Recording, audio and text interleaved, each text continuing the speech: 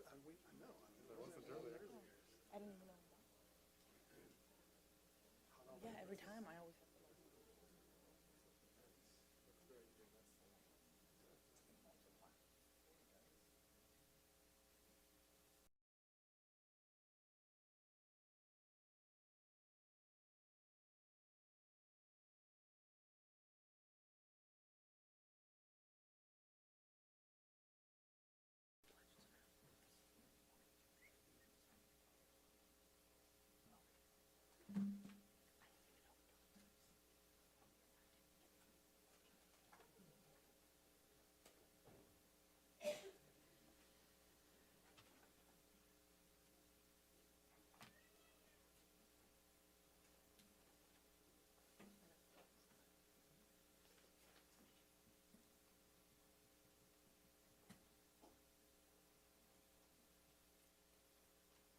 Well, good evening, everybody.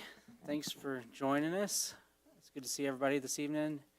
We've got some good stuff to get to tonight, and we are actually coming back from executive session, so we'll go open back into open session, 6:08 p.m. This is, just if you're tuning in now, the February 21st, 2023 Marble Falls Independent School District Board of Trustees meeting. And to get us kicked off, we'll do roll call. All members are present. And we have an invocation this evening that will be led by Reverend Monet from Smoking for Jesus. Thank you for joining us. And so as soon as the invocation is finished, then we'll do the pledges by Ms. Tubig and the vision statement by Mr. Payson. Reverend Monet. Good evening. Good evening. Will everybody bow their heads, please? I want to say this before I start praying. This would be very unusual. To turn my back to my parishioners, they wouldn't have church. You can face that way. If I would turn my back, that would be it. So I would probably turn back and forth. I want you to bow your heads then, please. Father, in the name of Jesus, we thank you for this occasion, Lord, for the privilege, God, to invite you into this meeting. Father, we know you control everything, the universe, God, in spite of the tragedies and violence that's going on right now. So we're asking you by your Spirit, God, that you would have mercy, Lord. Oh, God, that these that are in leadership, Father, they could be able to have the wisdom, the understanding, God, to be able, God, to help these children, God, in this community, Lord. Oh, God, so we pray for the staff, God, for the school, Lord. We pray and ask you, Lord, for the wisdom to help them to be able to make wise decisions, God. Oh, God, to help these children, God, to help them, God, to be prepared for a world, God. Oh, God, that where there's a lot of trouble, where there's difficult situations going on, Lord, help them, Lord, to be able to guide them, God. Oh, God, and we ask, God, that the community would lend a hand, Lord. They would be able, God, to help them, to educate these students to the highest, Father. We pray, God, oh, God, that you would be able, God, to protect them. Oh, God, all the students, God. Oh, God, we pray, God, for the leaders, God, in this room, Father. Oh, God, that they would be able to have wisdom and understanding, God, to be able to meet the needs of every child. The parents, God, those that are affiliated with this school, Father. So we ask you by your Spirit now. Bless them tonight, God. Oh, God, as they endeavor, God, to do the work, God, that will benefit not just them, but the students and the parents, all who are affiliated with this school. We ask you in the name of Jesus, let it be done. Amen. Amen. Amen.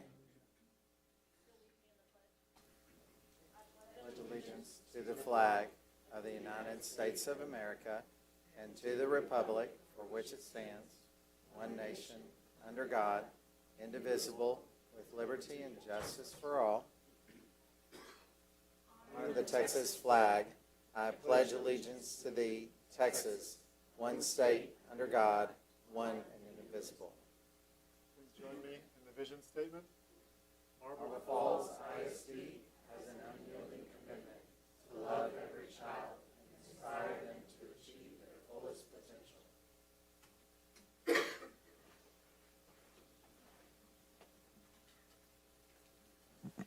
Very good.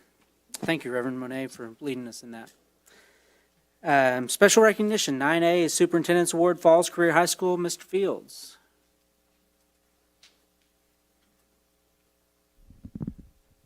Thank you, guys. All right. Unfortunately, one of our students was not able to make it tonight. But thank you guys for giving us a chance, a few minutes just to recognize a couple of our students and then one of our staff, which we'll do here in just a minute. We are very excited. Next to me, behind me, is Christina Flores. Christina was one of our students. Christina has already finished up, has graduated, met all the requirements that needed for her diploma, finished actually on January the 12th was her final day with us at Falls. Awesome student, great attitude, nothing but positive things to say. Some of the comments that her teachers noted for her, she came into Falls with a goal, very goal-oriented, had it in her mind that what she wanted to do, when she wanted to finish, to get in, and as we say, get in, get out. She remained focused the whole time she was with us. Let me back up. She was only with us for one semester. She came in August, finished up in the semester. Hard worker, super polite. She had a plan and carried it out. I said this to her a few minutes ago when we sat down. I said, yeah, look, it says you were always smiling. And she said, I was? I said, yes, you were actually. Again, like I stated earlier, great attitude, always willing to help if needed with other student. Again, another comment, came to Falls with a goal. So, multiple comments from different staff about her determination to finish up her school. She did all that was asked for her. In other words, she took care of her business.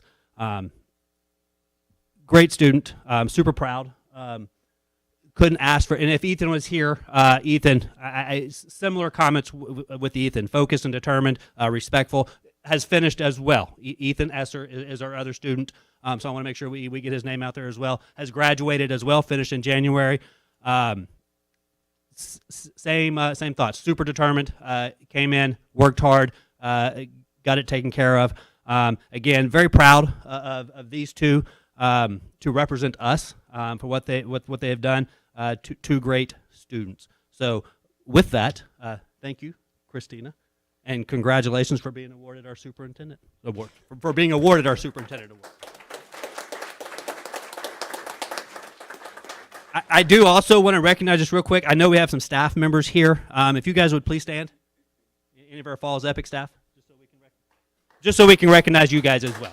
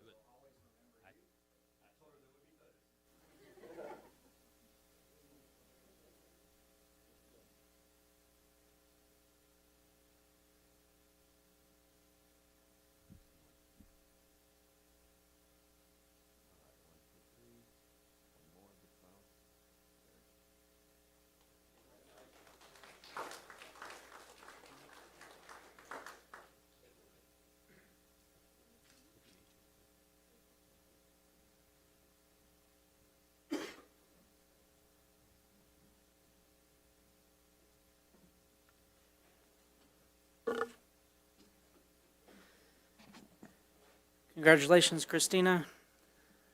All right, let's get to 9B, Going the Extra Mile Award, Ms. Henson.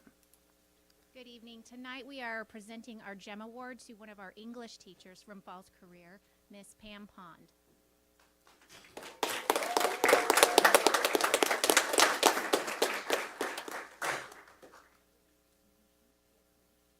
Miss Pond has been a teacher for over 30 years, and she started in Marble Falls ISD during the 18-19 school year. She started out at the high school, taught there for 4 years, correct? 3, and then she moved over to Falls Career in the 21-22 school year. And then Mr. Clark has a few additional words to say.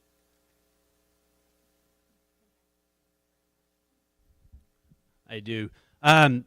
Congratulations, Ms. Pond. So our GEM Award this year is for Pam Pond. This is Miss Pond, or Pam, second complete year at Falls, and has made a tremendous impact, I could say, on the campus, and is still making a tremendous impact. Just in the short time that she has been there. Does an outstanding job. I would say that she exemplifies going the extra mile for us. So some of the comments, again, from the staff, and I'm going to read some of these word for word. So it says, Pam is so wonderful with her students, but then above that, she has worked tirelessly to help staff and students feel valued and appreciated. She fills the role of sunshine beautifully. Pam Pond shows so much excitement every day when she greets students. She makes them feel truly welcomed into her classroom. Never turns down a student when they have questions or needs assistance. She's very energetic and likes to plan occasions. Our most recent one, a baby shower coming up.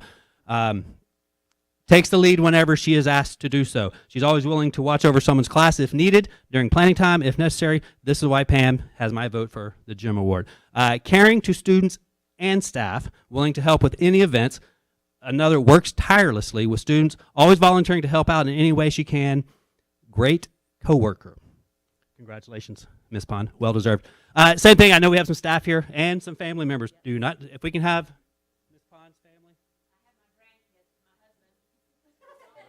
Get them up here.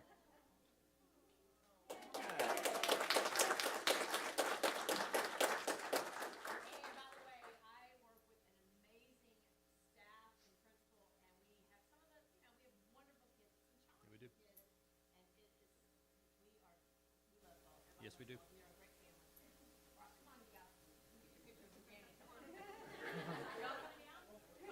Yep.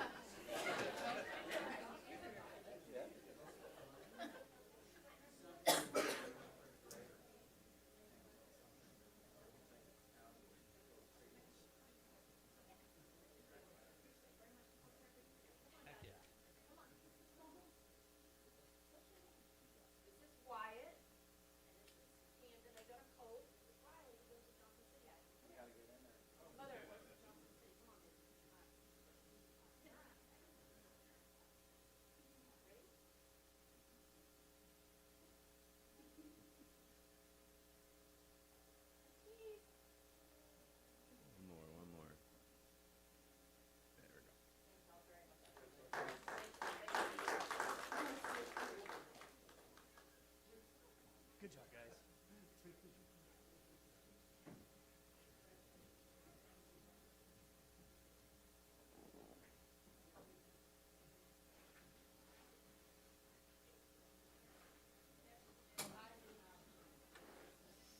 Awesome. That's a fun time. Congratulations, Miss Pond. Okay, let's get into some business here, and then CTE update people will get there very quickly, so just hold on with us for just a second. Public hearing for the Tapper report. Miss Dr. Fields will open this public hearing at 6:21 p.m. Take it away. Good evening, board. I have to have my glasses for this for the first time. This is weird.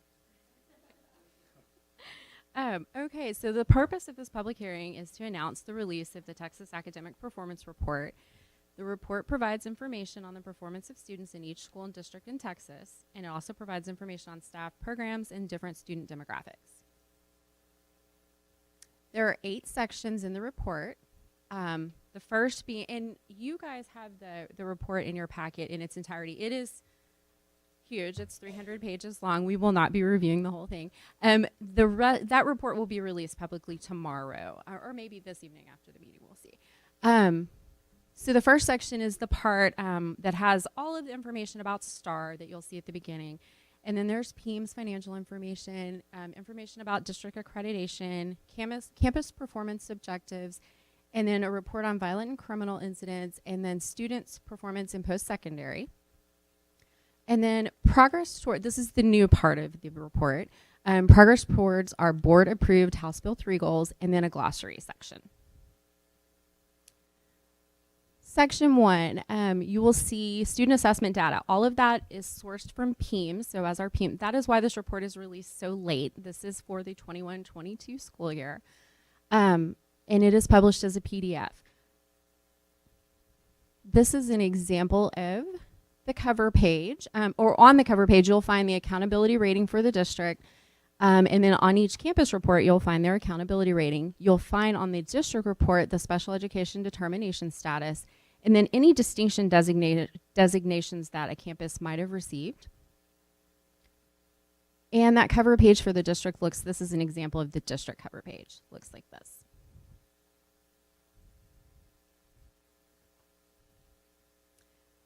Then you will find, still in section 1, information about STAR performance. And this is not new data to you. You saw it in September at your STAR board report. However, it's presented in many different ways. So you will see all the information and then compared to region and state. But you also see that it is compared to 21 in year of 2021 and the year 21-22. And that is new, or it's coming back. Previously, there would have been 3 years compared. That stopped during COVID. We had a little bit of a break. And so now we're getting back on track. So you'll see the 2 consecutive years. And then in years following, you'll see 3 consecutive years. And those reports look like this. So all the reports that you have that have the blue header at the top are the TA STAR reports. You'll also see STAR broken down by our bilingual education students. Different reports on STAR participation. And those reports look like this. Same setup, same organization with that blue header on the top.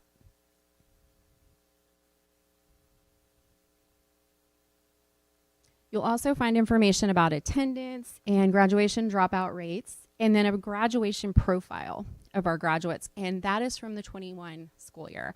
So some of the reports are a year behind because it does come from PEAMS. This is a snapshot of what those look like. You'll also find, still in section 1, college career military readiness. You'll find information about other post-secondary indicators. So what are our class of 21 students up to after graduation? And this information, again, is from the class of 2021. It's a little bit delayed. Okay. You'll also find at the very end of at the district and each campus, some information about the students that go to that campus, some information about the staff, and then program information, percentage of students enrolled in different programs. Okay, on to section 2. You'll find PEAMS financial standard reports. And those are also a year behind. Those are from the 21 school year. In 2022, the commissioner decided not to release accreditation statuses. So you normally would see this in section 3. There'll be a placeholder for it, but we do not have, and no one in Texas had one for the 22 school year. Section 4 is a link to our campus performance reports. Those are all our campus improvement plans. Those are all located on the website. And then section 5 is going to be a report on violent and criminal incidents.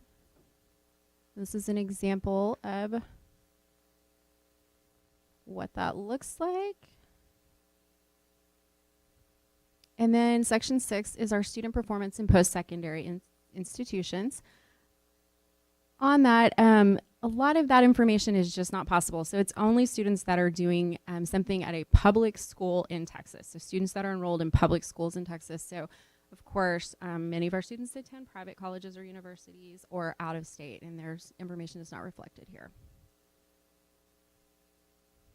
And then the new section, section 7, there's the progress towards the House Bill 3 goals.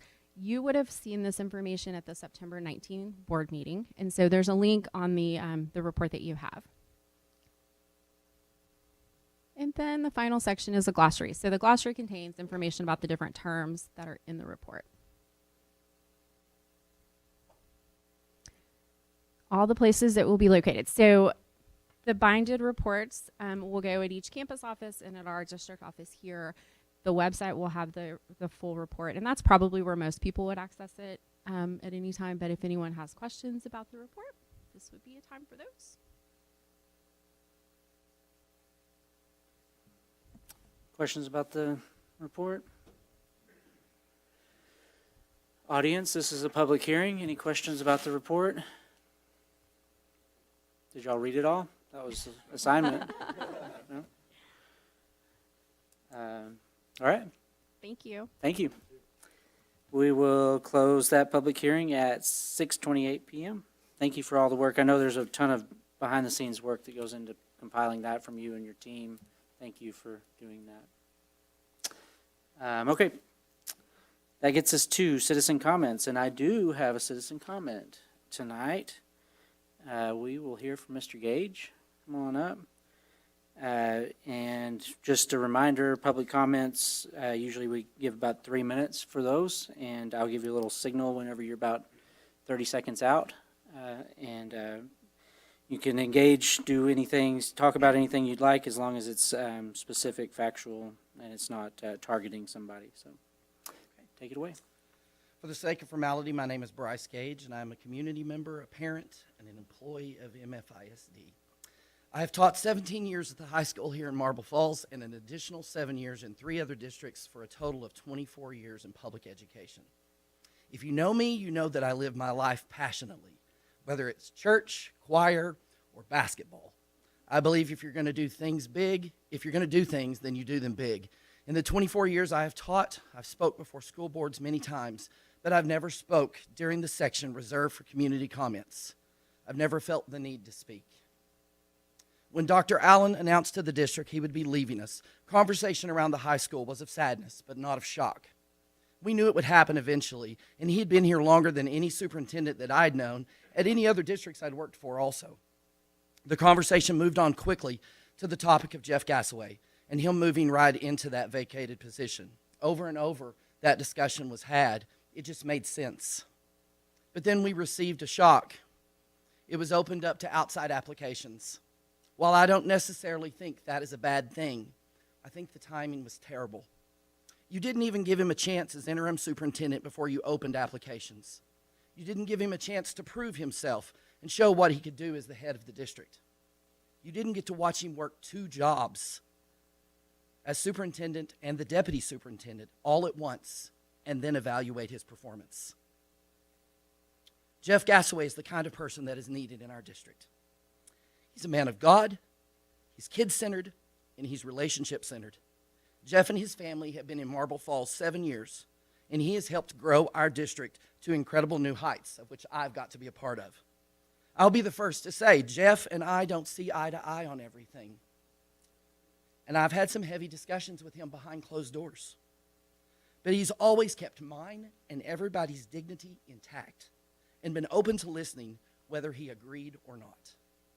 I have always felt heard, appreciated, loved, and supported, even during the times of conflict.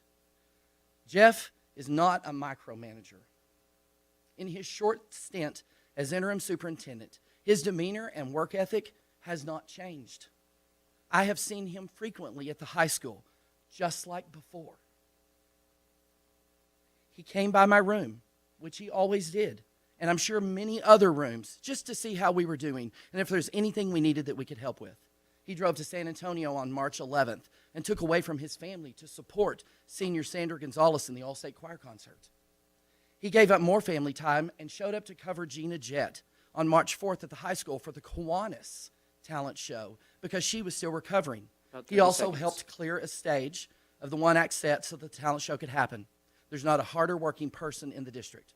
There's not a kinder, more gentler spirit than Jeff Gassaway, and he deserves this position. He started as assistant superintendent and moved to deputy superintendent, all the while working on and receiving his doctorate. You see, we talk about promoting from within and growing our own leaders, and we had started that with the likes of Yarda Lefflett, Melissa Fletcher, and several others. It seems we've taken a step back from that situation. I think it's time you move in that direction immediately and hire Jeff Gassaway as the new superintendent of Marble Falls ISD. Thank you. Thank you, Mr. Gage.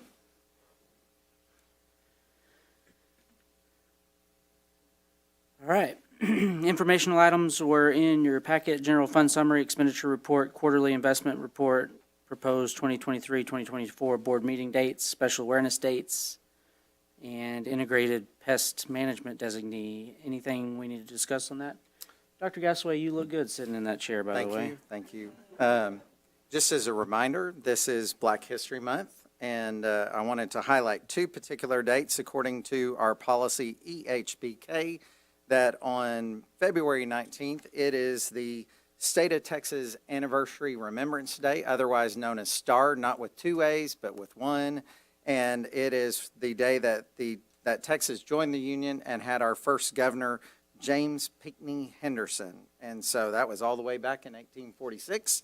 And on the very same day, February 19th, is Iwo Jima Day. This is an optional day where we honor the memory and heroism and courage of the men and women of armed forces who served in Iwo Jima, February 19th, 1945. Those are the two dates that I wanted to highlight for you from our special dates. There we go.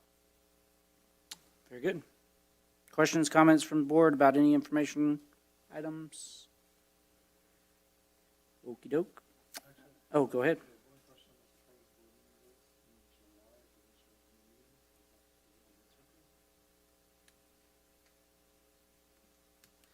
We usually take July off, right?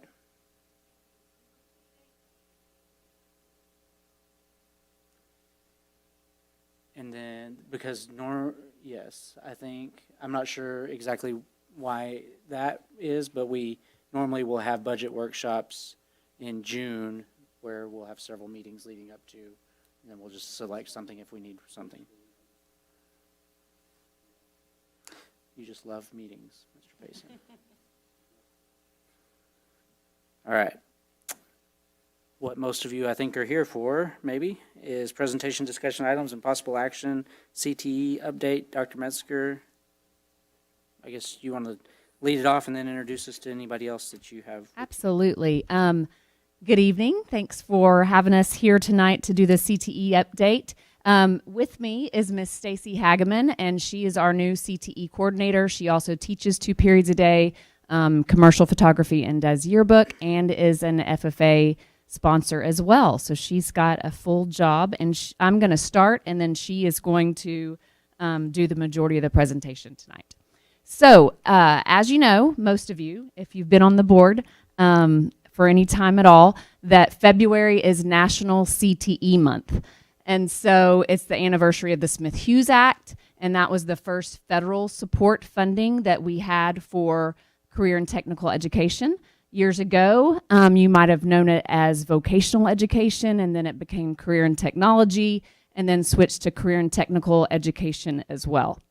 CTE, what I love about CTE and what sometimes is a misconception is that CTE is for all kids. We have about 92% of our students in 1 or more CTE classes. It is for kids that are going to a 4-year university. It is for kids that are going to a 2-year trade school or to get an associate's degree. And it is for kids that are going to go straight into the workforce and get some type of certification while in high school as well. And so it prepares all kids. And that is one thing that I like to really focus on with CTE, because there's so many great things in programming, as well as the leadership skills through the student organizations that make CTE program great. So how do we measure success in CTE? We have stakeholder feedback. We get that from teachers, we get that from parents, and we also students, and we have an advisory board. It meets 3 times a year. We also look at our course enrollment. Like I said earlier, we have, looks like last year we had 91% of our students in a CTE class, and we offer this year 76 different courses. Most of those are year-long courses. There are a handful of them that are semester courses. We also have multiple CTSOs, which is career and technical student organizations. We look at the student success from that. We look at the industry-based certifications, because those certifications play into CCMR, which also plays into school accountability for the high school. And then we do a local needs assessment that's required for our Perkins grant, which is a federal grant that CTE is eligible for. So our advisory board, we meet with them 3 times a year. I'm not going to read all the names, but these are all the non-teachers that are on our advisory board. And the ones in red are new to us this year. And so we've had 2 really great meetings already this year, and we will have one more later this spring as well. and they have provided some excellent feedback to our programs, serve as guest speakers, have served to help with job shadowing day, lots of different things, just contacts for us, supplying us with different things. And so they've been great. Programs of study. These are all of our programs of study. So advanced manufacturing and machinery mechanics, you wonder who made up that long name? Why don't we just call it welding? Well, that's a state name, okay? That's a program of study, and we like to stick with the state name. And then we have animal science. No, so I said that wrong. The first one actually is robotics, the advanced manufacturing. And then it's animal science, applied agriculture engineering is welding, carpentry, construction, digital communications, graphic design and multimedia, engineering, entrepreneurship, healthcare, therapeutics, marketing and sales, plant science, teaching and training, and travel, tourism, and attractions. That's something that several years ago our advisory board wanted us to add because of the area that we live in Marble Falls. Okay, so now who you want to hear from? You want to hear from the kids. And so Haley Rangel, could you come on up? She is a senior at Marble Falls High School. She is a third-year student in our health science program. She is the HOSA treasurer, and she's planning to go to UMHB. And right now she's in our clinical or our CNA, Certified Nurse Aide program, and she's going to talk for just a minute about her opportunities and her internship working on her certification. Thank you so much for the introduction. As she mentioned, my name's Haley, and I'm a senior. I'm part of her CNA program, and as she mentioned as well, it stands for the Certified Nursing Assistant. And for that, we get the chance to get our certification at the end of the year. During the year, it consists of 100 hours, 60 in class, and then 40 in the long-term care facility or the Baylor Scott and White Hospital. In class, we have half of our classroom is a classroom, the other half is like a simulation hospital, and on that side, we perform scenarios that consist of like transferring a resident from a bed to the wheelchair or helping them with other stuff, helping them stand up, move to the side, stand to the other side, feeding, etc. Everybody gets the chance to get their certification, even if they're not allowed or can't go to the facilities for some reason. For the students that do get to go to the clinic or the long-term care facility, I honestly really enjoy it because we get to shadow the certified nurses, the doctors, whoever's all there. We get to experience and kind of get an idea of what our job's going to look like in the future. Sorry, guys. What else can I say? Also, I started off as engineering my freshman year, and something I also really enjoyed about the nursing program was that even though I started late, I'm still going to be able to get that certification at the end of my senior year. And for those who do start on time, they can graduate their junior year with a nursing assistant certification, and then their senior year with either EMT or other options that we may have. Lastly, I really enjoyed this, and I think it's a great pathway in healthcare to go, and I'm glad that the high school offers this because not only will it give me an advantage at the end of high school to finally find a job right away with that certification, but then that certification is also going to look really good on my resume for whenever I go to college. Yes. Thank you so much. Thank you, Haley. Hello, everyone. I want to talk to you a little bit about our student organizations that Haley has the opportunity to be a part of, and she does a great job in. And one of those is our Business Professionals of America. That one covers all of our students that are in business and our audiovisual classes as well as our graphic design classes. We also have the FCCLA, which stands for Family Consumer Career Leaders of America. Those classes are for our travel and tourism as well as our Ready, Set, Teach. Anyone that's in a family that's had at least one family and consumer sciences class can be a part of FCCLA. For our next organization is FFA, and the National FFA organization for the members to be a part of that, they have to be inside of one of our agriculture sciences classes. They offer premier leadership, personal growth, and career success in a lot of different ways in the FFA organization. Our next organization that we have that's a CTSO is the HOSA, Future Health Professionals, and you would know that for health sciences, and it actually, HOSA, just like FFA, used to stand for, have initials, but through the years, the organizations have taken the wording away and just left those as the acronyms that they have so that they can encompass more students. We have our Skills USA group as well. This is a big umbrella for us when it comes down to what our kids can do in there, but right now we're covering construction and welding through Skills USA. And then we have TSA, which is our Technology Student Association. And right now we have 2 different chapters for TSA, one in our middle school, one in our high school, and those actually cover our engineering students.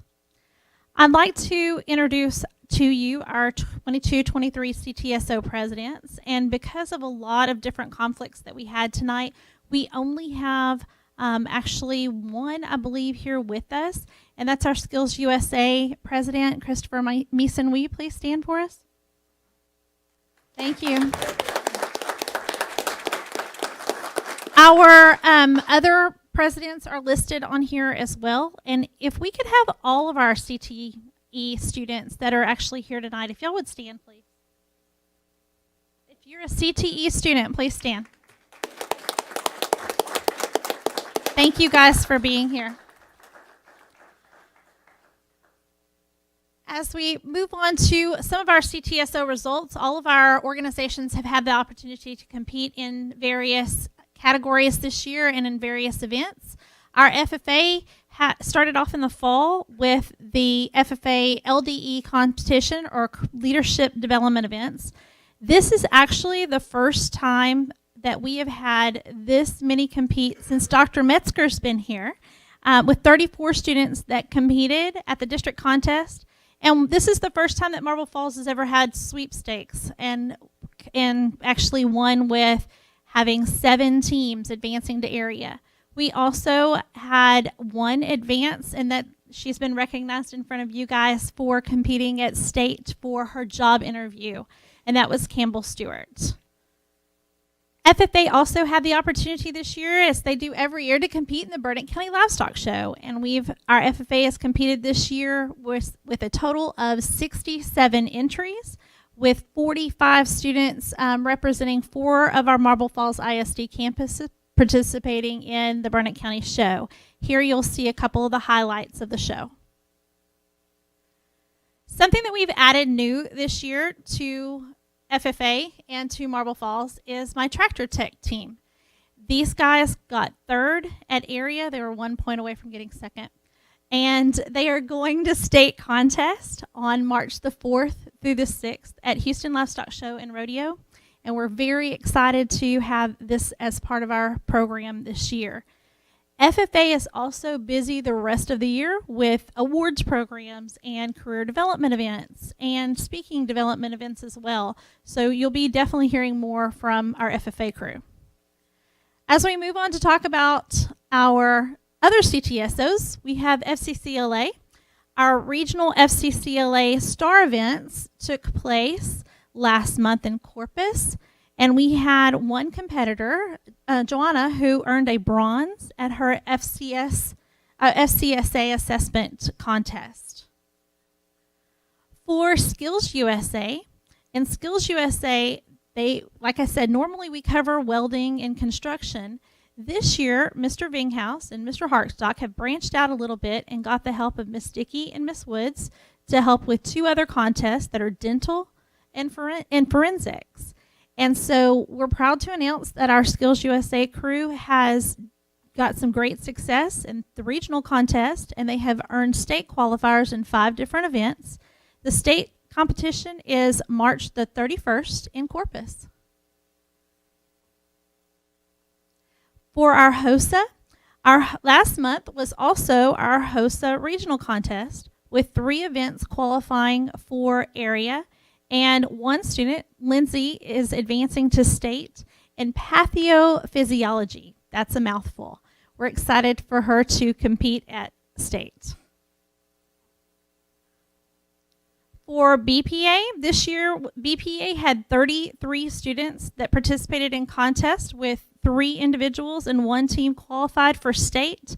Their state contest is March the 2nd through the 5th. And actually tonight, we have one of our students, Miss Rosalind Arredondo, and she actually qualified for state in graphic design promotion. She's going to come talk to you a little bit about her contest. Hello, as Ms. H said, my name is Rosalind Arredondo, and I competed in this past regional event in graphic design promotion.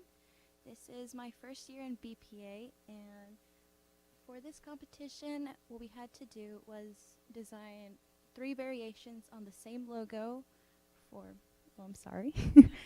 for a fictional company called Games R Us. The logo couldn't be exactly the same. It had to adapt to fit all the different displays, such as a phone skin, a laptop skin, and a water bottle sticker.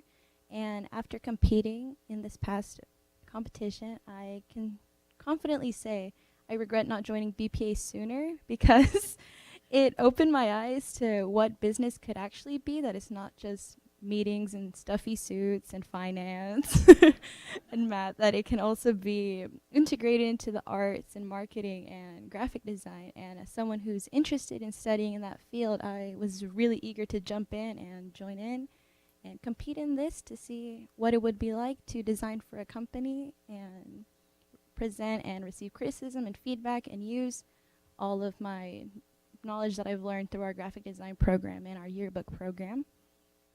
And the nerves would have definitely been way worse if it wasn't for our amazing advisors, Coach Edwards, Ms. Hosier, and Mr. Bingham. They were always there to just answer all our questions or calm us down and really just guide us through that. And I look forward to competing at state in March. Thank you. Thank you very much. So our TSA is, we also have some fantastic results from TSA at our middle school. They had 26 students that are advancing to state contest April the 12th through the 15th. And on the slide that you see, it says that we're waiting for results, but we are excited to say that coding, community service, video, and forensics technology, all of those are state qualifiers as well. For our TSA at the high school, our TSA crew is actually competing in 17 events at the regional competition on February the 25th. And then we will find out how many of those get to go on to state, and I bet there's going to be quite a few of those. One of the other teams that TSA has that they're working on currently is the VEX Robotics team. And this VEX Robotics team right now is ranked in the top 40th. It's 40th at state. The top 60 teams actually qualify for state. Qualifying competitions will end February 27th, and they'll find out if they hold that spot and then they get in that top 60 to compete at the state contest. So we're super excited to see how these guys do. One of the other things that our TSA crew has had an opportunity to do is they were a state finalist in the grant for $2,500 for the National Samsung Solve for Tomorrow STEM competition. What happened is this is a national competition that challenges all of our public school students in the grades 6 through 12 to explore STEM, and they can play in solving some of the biggest issues in their local communities. This year's competition will tackle different matters, and our actual Marble Falls students chose to do the topic of school safety, and that's what their topic was for the $2,500 grant. So because of our hands-on instruction in the classroom, we offer what are our industry-based certifications, or our IBCs, in the categories that are listed up here. Next year, we're adding 5 other certifications that are listed on the right-hand side of your screen, including plant science, animal science, entrepreneurship, and small business, travel and tourism, and carpentry. We have had 331 students in the last year obtained certificates in all of our programs. And this actually, like Dr. Metzger said, contributes to our high school accountability as our high school accountability letter grade. One of the things that we do every year is we have an effort with the Noonday Rotary to do our job shadowing day. And this year was no different. Myself and Gibson Holmes worked with the Rotary crew of Ellison and Faye Kreider, and we came together to put together all of the different career sites that you see up here. Our students traveled to those and had a great time on January the 26th. Here's some of the pictures from where they traveled. All of our kids gave some great feedback on the day, and we're looking forward to making that day even bigger and better. This is offered to all of our juniors in high school, and so they have the opportunity to go every year. We could not in any way do what we do in CTE without the wonderful crew that we have of our teachers. And so I have quite a few of our teachers here tonight that I would like to stand. They're listed on the screen, but I would love for them to stand, please.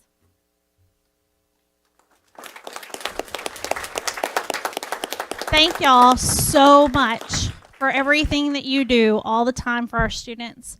You make a tremendous difference all the way through with all of our students. Thank you.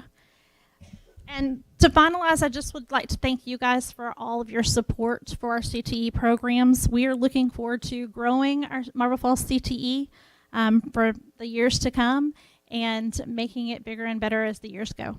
Thank you.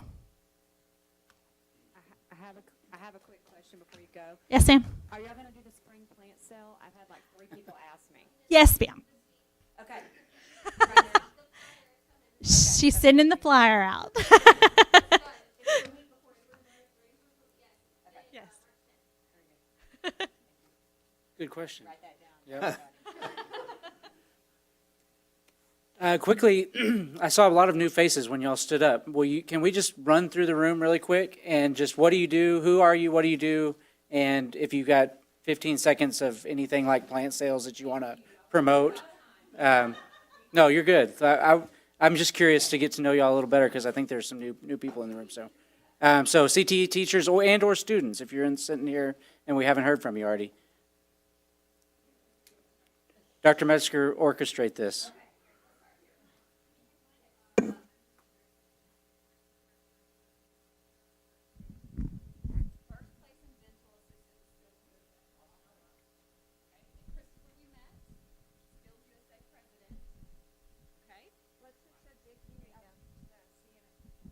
Letitia Dickey, I teach the CNA health science classes.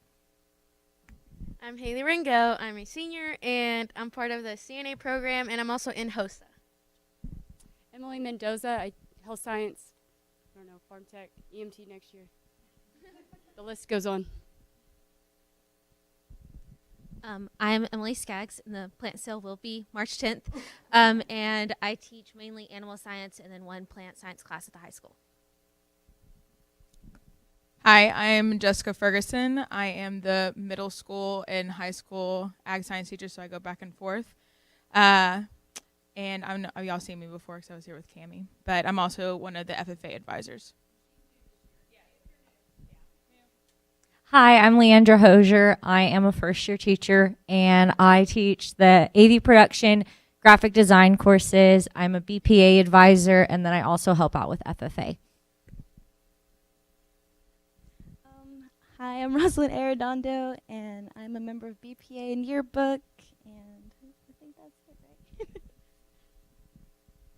I'm Aaron Heap. This is my first year to teach, and I do ag mechanics and agricultural power engines. Tanya Cole, this is my second year in Marble Falls. I teach travel, tourism, and attraction, and a variety of other things, and I'm also an advisor for FCCLA.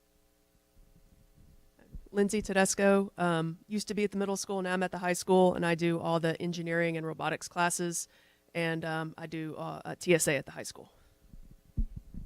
Trey Hartsock, I am one of the Skills USA advisors. I teach ag structures and ag equipment, and if you guys ever need anything built, the kids need some projects.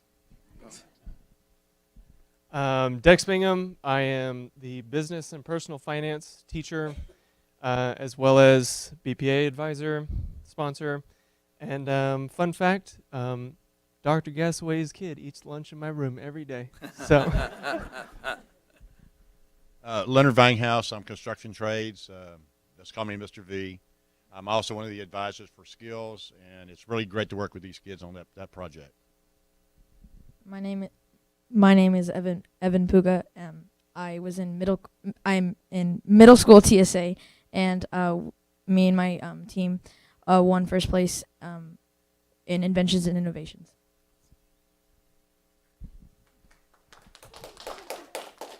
Hi, I'm Christine Eve. It's my first year at Marble Falls ISD.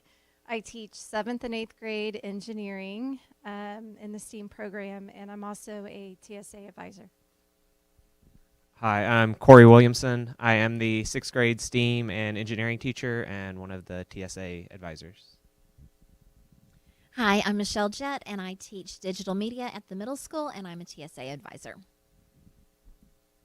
Thank you to each of you guys.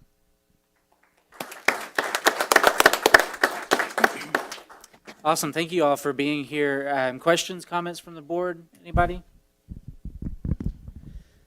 It's exciting to see what y'all are doing for kids and the way that translates to soft skills, but then also certificates and job opportunities and all the things that might just happen, just immediately graduating from high school. And so I appreciate what you all are doing. Awesome job on the success that we've gotten to hear about from the students, and keep doing the good work. I love seeing we got to be part of the day the other day where the Rotary brought groups around and got to be part of that. And I see Leonard all the time out building beds and stuff for kids that don't have beds. It's cool to see all of this happening and how y'all are also giving back and serving the community that we all love. So thanks for being part of this. If you don't want to stick around, feel free to step out. But we love that y'all were here for us and for this presentation. So good job, Dr. Metzger, organizing all that. Thank you. That gets us to 13B, Academic Progress Report, Yarda Leflet and crew.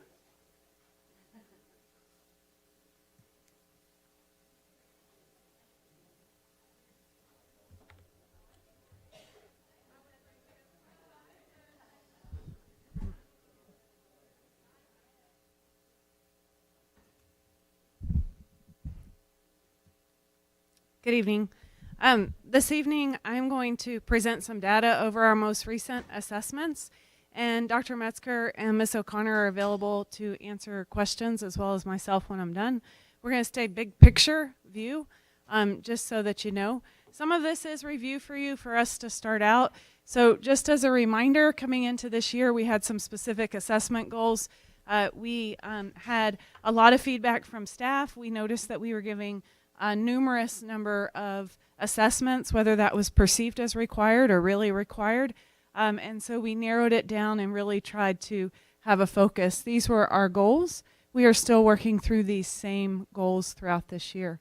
We have two types of main assessments at the district level this year, the universal screeners and the curriculum-based assessments. The universal screeners, of course, are to see where our students are in order to start a journey of learning for the teacher to know. It's more based on national norms, the universal screeners are, and then the curriculum-based assessments. That is to measure our cognitive level of the student using the content. Those are tailored towards our specific curriculum, okay? This is where we are at in the process. We just finished the middle of the year NWEA map. Remember, we talked about one universal scale. We use this graphic to be able to see where students are and to use for professional development. Before I start, one thing I would like to say is that we are very thankful for our staff. Thankful for our staff for being honest in conversations last spring. I'm thankful for our staff in asking for change. As I told you before, we had over 30 early elementary teachers come together in June, and really they had to reflect. For a little while, some of them were like, all these assessments are too hard. Then they're like, ooh, if we're all saying they're too hard and other systems maybe we need to have a shift in how we think. And our staff, our leaders and our teachers have done a phenomenal job coming through this year on a new assessment system, on really trying to implement the new assessments. Very few complaints. They just have just stuck to it. They're using the data in their PLCs, and so we're gonna stay big picture. But if you have any questions, please feel free to reach out to us. The first thing, remember we adjusted our pre-K screener. We were given every subtest. We went down to just the state required test and then implemented a system where we are progress monitoring. We are checking the progress of the kids more frequently. This was our fall, and this was our most recent. And you can see from the slides that we have had tremendous growth in pre-K. This is exciting because then when we get them in kindergarten, we are cranking along. We're doing a wonderful job. There's a lot of work that has gone into pre-K this year. Leanne Harkins has been a huge support to our pre-K staff. Our pre-K staff has come together to work with a pre-K consultant on a new curriculum. They've been open to going and seeing model classrooms. We have a phenomenal teacher at Spicewood Elementary that has opened her classroom for all kinds of people to come and view and observe. They've talked about their learning structures. And so you can also see here just growth in pre-K Spanish. And so we're excited about our growth in pre-K. For universal screeners, for kinder and first grade, if you'll remember, we changed to Amplify. Our teachers were not really using the other data that from the screener they were using. We are getting used to Amplify. We notice as we come through that, you know, we have for instance, in kinder and first grade, it's hard to see, but the kids at the very top, we're actually increasing the number of kids at the top. However, we need to get better at working with our most struggling kids that are in the red. And so, and remember, the system expects a certain amount of growth. And so that's how they base these bands at. But we do see, we see tremendous student growth within the various areas. So for instance, there could be a student that was very all the way to the left in the red, and now they're quite far on the right on the red. We celebrate that growth. Just because they didn't go to yellow doesn't mean we're not celebrating. We are celebrating like crazy that they moved up within the red. K1 Spanish reading.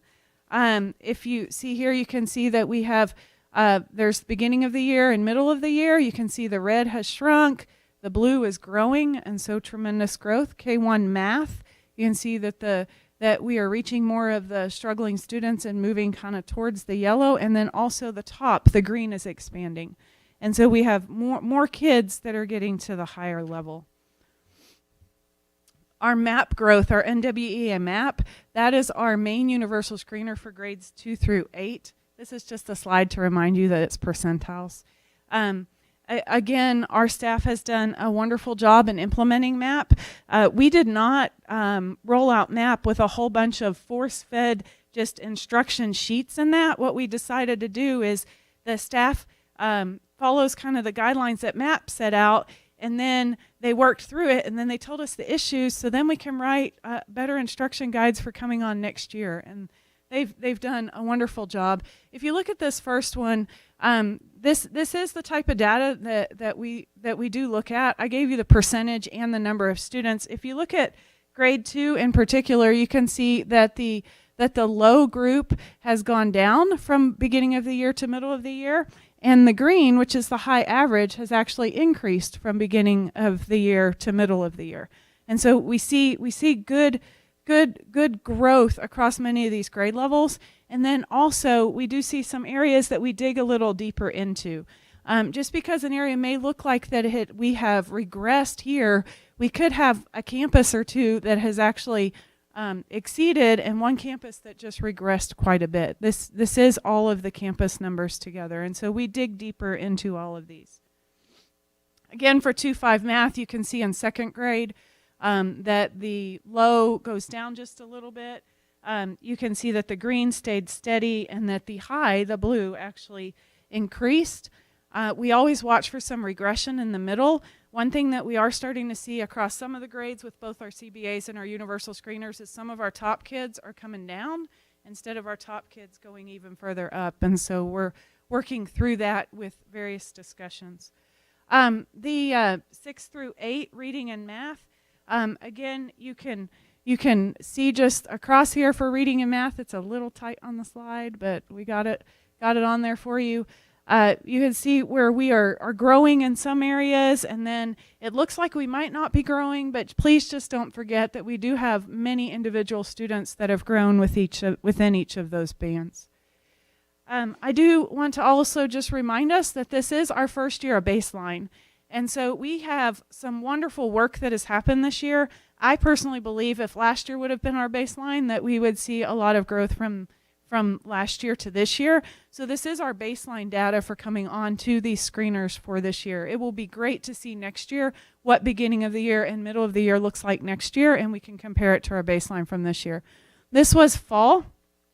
These are the projected summary reports. Fall to winter, there's a little bit of an increase in the master's students.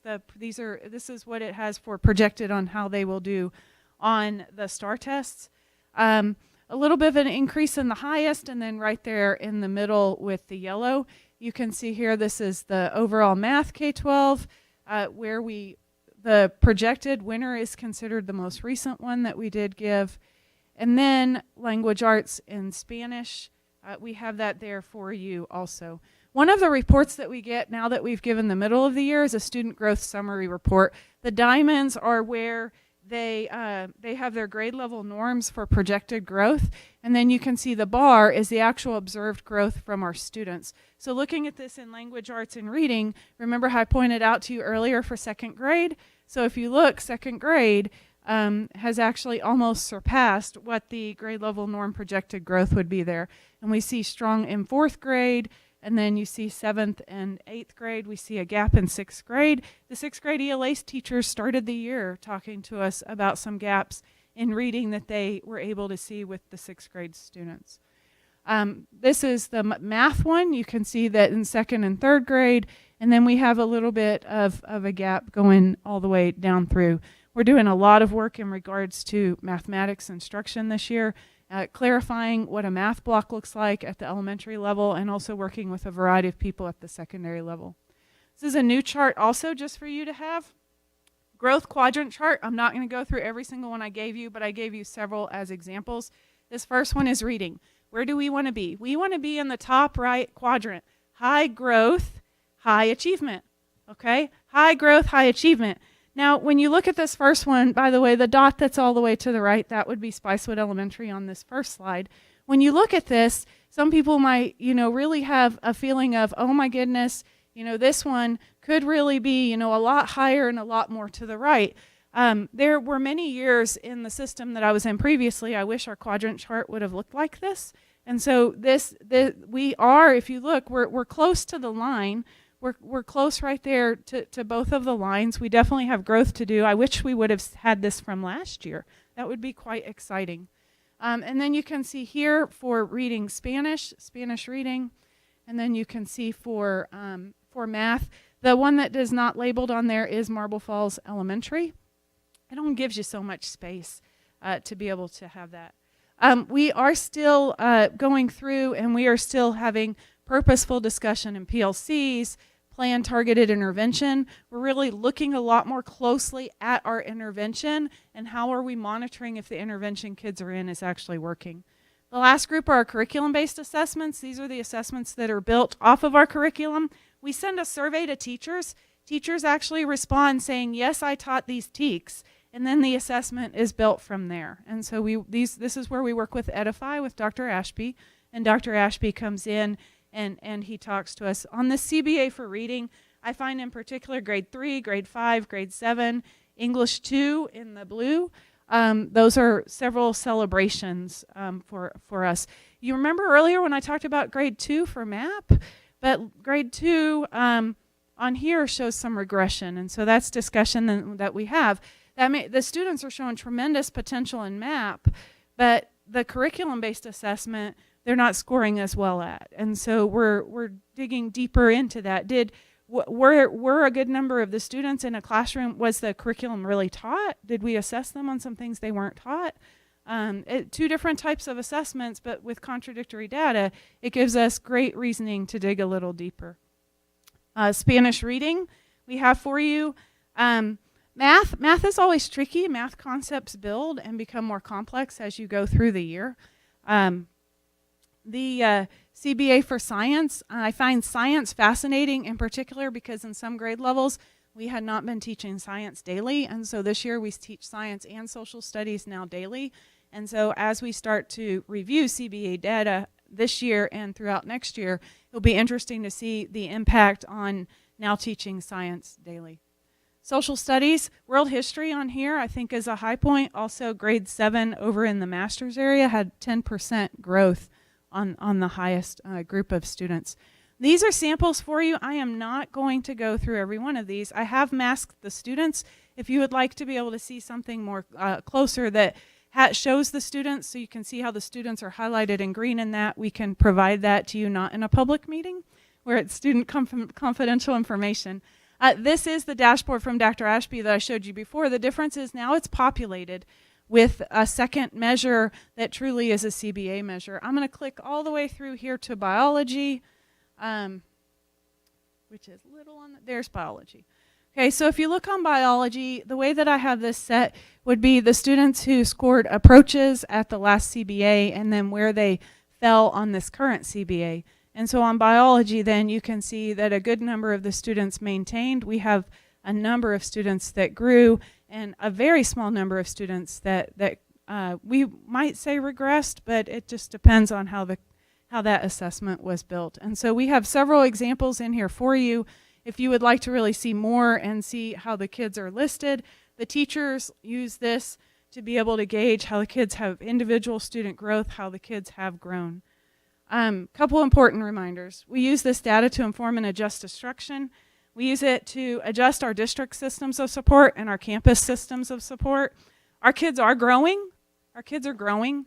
In some cases, not growing as fast as we would like to see, but they're growing.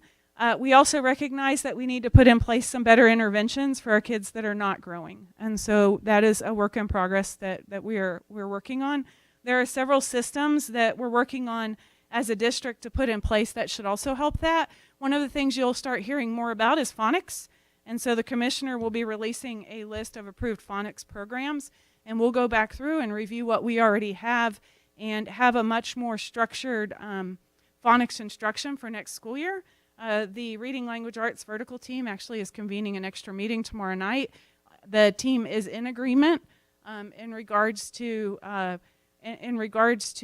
re-looking at the phonics instruction, and we'll convene a K2 team with Ms. O'Connor that will review the different programs. And so we can pick up on that. We have certain numbers that our dyslexia identification numbers are increasing.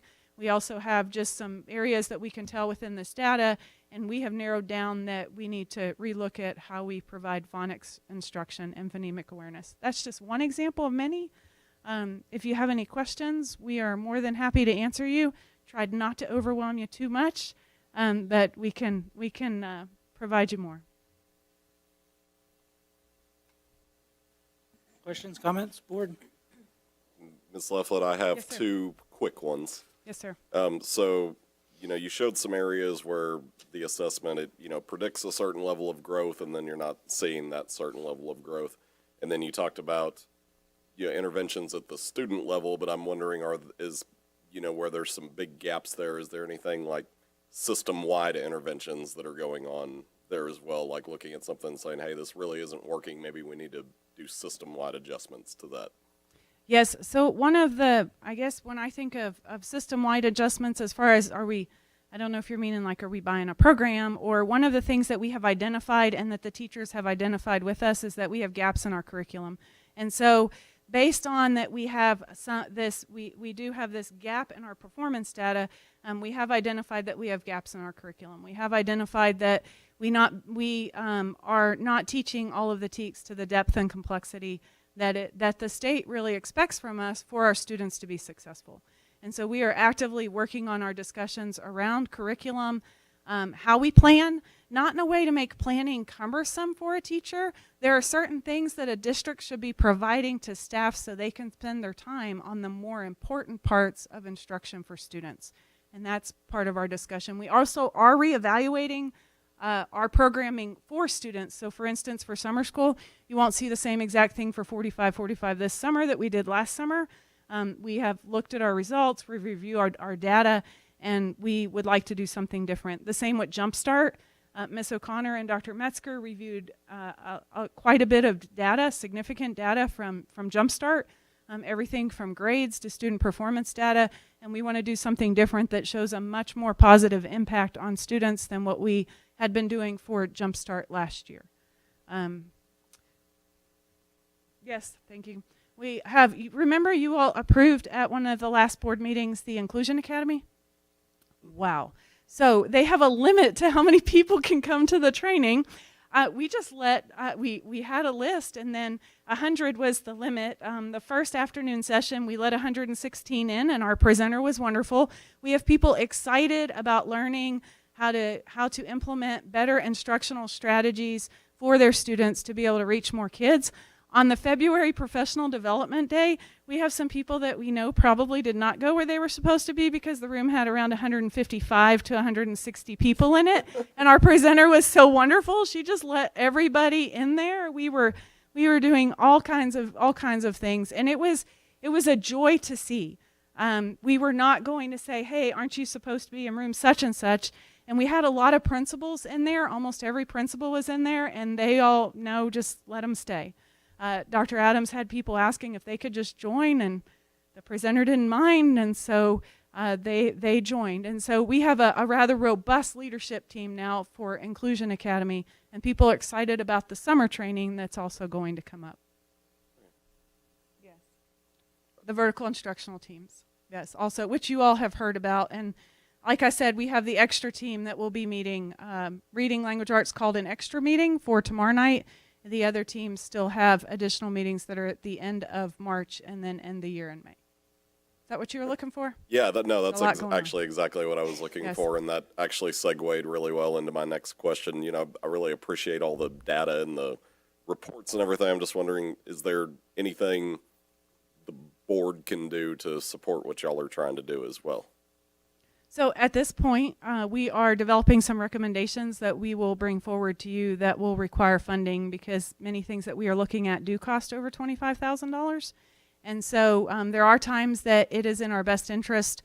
I hate to do this, but there are times it is in our best interest to get it more quickly to be a first read in some of these cases.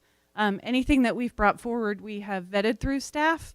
And so it has not been that we have just dictated that we will participate in it. I think just your continued support as we work through the processes. And so we have a lot of teacher teams. We have a lot of people just involved and excited, and it is a great thing to see. I mean, it's a great thing to see. And we are so appreciative that the teachers are honest with us, sit in a meeting and they're honest. I'd rather know the honest truth about what's going on than you tell me what you think I want to hear, because then we don't know how to fix it as a group. So, thank you. Yes, sir.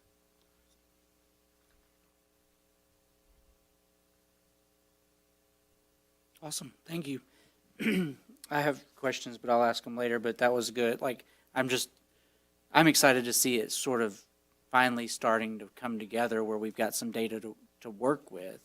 And the trending data that will come from that is going to be hugely important. I think that unlike what we've seen maybe before. So good, thank you. Board, anything else on that one? Gets us to 13C, possible pre-K furniture purchase. Go ahead, Ms. Lovewood. Yes, sir. So we are, if possible, we're asking for approval of this on first read so that we can get the furniture in earlier over the summer, especially by August 1st. As you know, we are opening pre-K 3. We had basically Mr. Puga, Ms. O'Connor, and myself, with input also from Ms. Harkins, we all met together to look at 3 different proposals from 3 companies for pre-K 3 furniture. This request is for 8 classrooms. That would be 7 pre-K 3 classrooms plus the 1 additional ECSE classroom that we will be putting in next year also. For this, our recommendation is to approve the purchase of pre-K furniture from Demco. This is their estimate, $120,873.36. In addition, to approve a purchase of teacher desks from Worthington. Originally, we were trying to get the desks under the same company, but really the desks that are more durable and will be used, the desks that are of better quality came from Worthington and also had a better price that came in. When we originally, I understand that is under 25,000, but the entire thing is for pre-K furniture to come from bond funds. This will all come in then over the summer. We have talked to the company. They assure us that we should be able to get everything in. And then the next time we'll talk about pre-K3, I will probably be coming forward to you for purchases for instructional materials for pre-K3.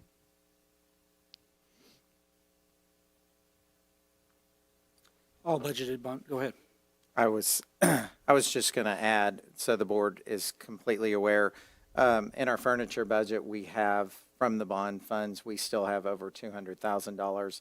And a reminder to the board that in the general, as in some of our projects where we've been able to have some savings realized, we're still sitting very healthy. And so our hope had been to start a discussion maybe in late January, early February about other bond projects. That kind of got railroaded a little bit by somebody leaving.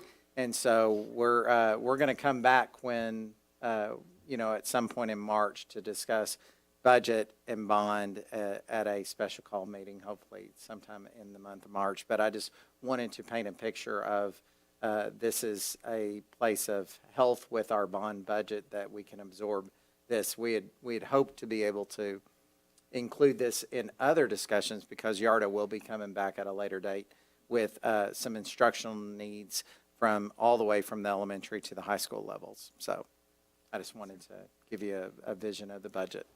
We reviewed quotes that range from $15,000 a classroom up to $22,000 a classroom. Demco was the one that was at $15,000 a classroom, but we actually liked the different furniture options from Demco, so it was not just due to price. However, it is a bonus that we get to be able to be prudent with our funds. And so, Where are these classrooms located? as of right now for next year, the pre-K3 classrooms, we have slated two classrooms at Marble Falls Elementary, 2 at Highland Lakes Elementary, 2 at Colt, 1 at Spicewood, and then the ECSC at Colt.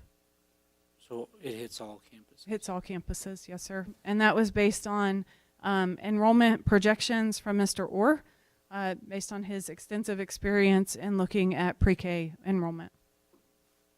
Sorry, I cut you off, Mr. Bushiers. I was going to ask how many classrooms it was, so that answered my question. Okay. And just to ask the silly questions, this is adding in pre-K3 completely for the first time, or is it expanding what we already have? So adding in pre-K3 for the first time completely as Marble Falls ISD run. Right now we have pre-K3 for students who qualify under Head Start. And even though they are partially in our attendance, Head Start mainly handles them. We do have 2 pre-K3 teachers, one at Marble Falls Elementary and one at Highland Lakes Elementary that works with Head Start pre-K3. Mr. Orr, Ms. O'Connor, and I all have a meeting with Head Start next Friday to just talk about the finishing details and how that works for next year. Great. I just wanted to, seems like Yes. kind of a big deal that we're adding all that in, so I wanted to make sure. Yes, sir. We appreciate it. That's a lot of extra kids will be reaching. Yeah, and not to be understated that our staff will be the ones reaching them. Like that's a big deal for sure. You'll see more information around pre-K and kinder roundup released on March 1st. Very good. Thank you. So we have a recommendation here. Is there a reason why we should not approve this tonight? It would be best for us to approve tonight That's what- so that we okay, can I get the thought I heard furniture that in as someplace. soon as possible. All right. So Yes, sir. administrative recommendation is The administrative recommendation is to approve the purchase of pre-K furniture from Demco not to exceed $120,873.36. The rest of that is not necessary because it does not exceed the $25,000, even though it is coming out of bond funds. administrative recommendation. So move. Motion by Mr. Payson. Second. Second by Mr. Verdell. Any discussion?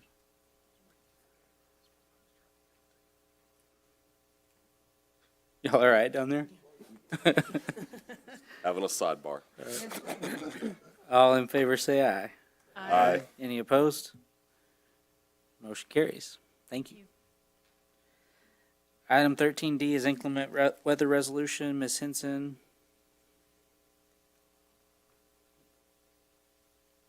In front of you is a resolution for consideration related to the inclement weather that we had. As you know, the district was closed on January 31st, February 1st, and 2nd due to the weather making travel conditions hazardous for the community. And policy DEA local states that if the board chooses to pay employees during an emergency closure for which the workdays are not scheduled to be made up at a later date, then that authorization shall be made by resolution or other board action. And so if you choose to pass this resolution, it will allow us to compensate our employees for those 3 days missed. I'm going to add just a little bit on this to just say this is in line with what we've done in the past when we've had bad weather days.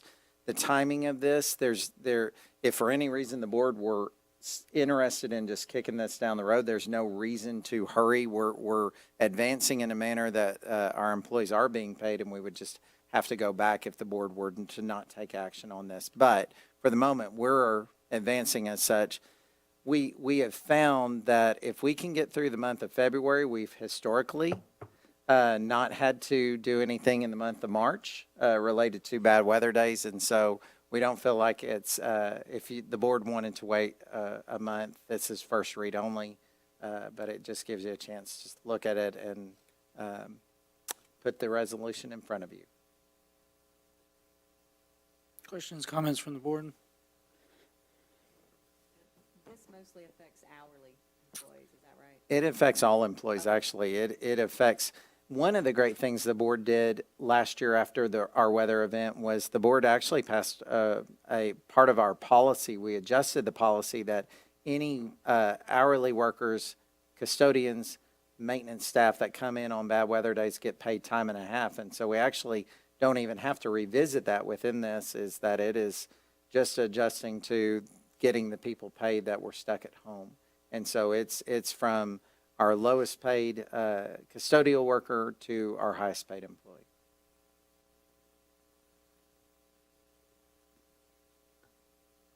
Okay, questions, comments on this motion? I'd make a motion to adopt the inclement weather resolution as written in the attachment. Motion by Mr. Boshiers. Second by Coach Bergman. Any discussion? I'm the silly number guy always. Apologies.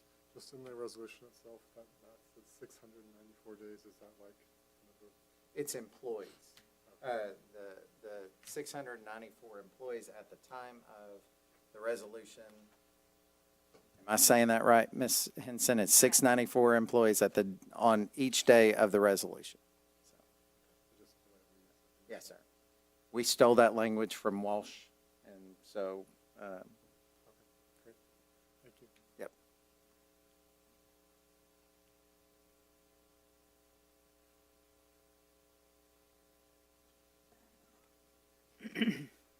Not to belabor the point, but item number 3 says compensate MFISD employees for 694 days of, 694 of days missed. What, does that need to be reworked? Is that supposed to be that way? I think it's always been that way, but thank you. Let me look at it. That was, yes, that was just, the number was changed from the resolution that was approved last year, from the number of employees. That was the only piece changed on that resolution. That sentence though doesn't make sense, does it?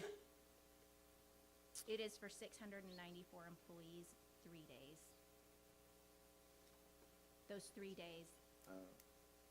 I don't like the wording either, but I am almost 100% confident that that is the exact wording we've used. I'm sure on it is. every resolution we've passed. It is. If you just got rid of the of, I think it would be okay. Yes, I think you're right. Maybe. 694 days. For 694 days missed due to. Say 694 employees. We can make that adjustment and the final resolution, and before it's printed, Danielle, before y'all leave, can make that adjustment, and it read to compensate 694 MFISD employees for 3 days missed due to closure. Is that ex- Good with that wording? Okay, I'll, Mr. I'll Boshiers? amend my motion. Okay, Mr. Bergman, are you okay with that? Okay, so we have a motion and a second to approve the item as presented with that change of 694 employees for 3 days missed in that final document. Any discussion on that? All in favor say aye. Aye. Any opposed? Motion carries. Thank you. Thank you. Item 14 is consider possible approval of action, consent agenda. There's the minutes from the January 17th meeting. There are minutes from the January 24th special meeting. There's a PASB policy update 120. There are recommendations for curriculum materials, including relating to the prevention of child abuse, family violence, dating violence, and sex trafficking, and the acceptance of a donation from Chevy Buick Marble Falls. Anything to discuss on those? If the board approves number 5 donation, we'd just like to show our appreciation. Chevy Buick Marble Falls is giving us some funds to help our middle school campus in our athletic area to really start trying to give some branding to that campus. And so they'll be working with Doc and with Miss Bernard out there. And so we're excited about their generosity as they had some funds that they were interested in directing that direction. Awesome. Anything on the consent agenda that we need to pull off? Or a motion for a consent agenda? Move to approve the consent agenda as presented. Motion by Mr. Boshiers. Second. Second by Mr. Verdell. Any discussion? All in favor say aye. Aye. Any opposed? Motion carries. Item 15 is upcoming meetings and board training opportunities. March 21st is another Tuesday night board meeting. April 17th is the next Monday night board meeting. Anything to add to that, Dr. Gasway? No, sir. Okay, that gets us to executive session again. We do need executive session. We'll adjourn under discussion of professional personnel, 551.074, real property, 551.072, safety and security, 551.076, personally identifiable student information, 551.0821, and we'll also throw discussion regarding superintendent search process, 551.074, also on there. And we will stand adjourned into that executive session at 7:35 p.m.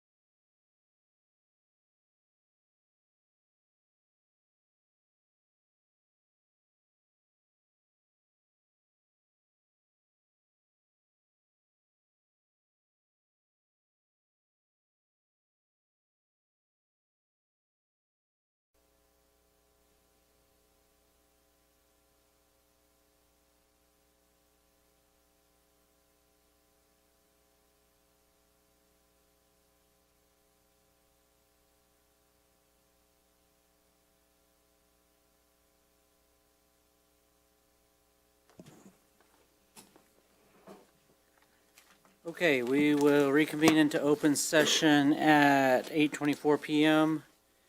Any action, Dr. Gasaway? Not tonight. No action. So we will stand adjourned at 8:25 p.m.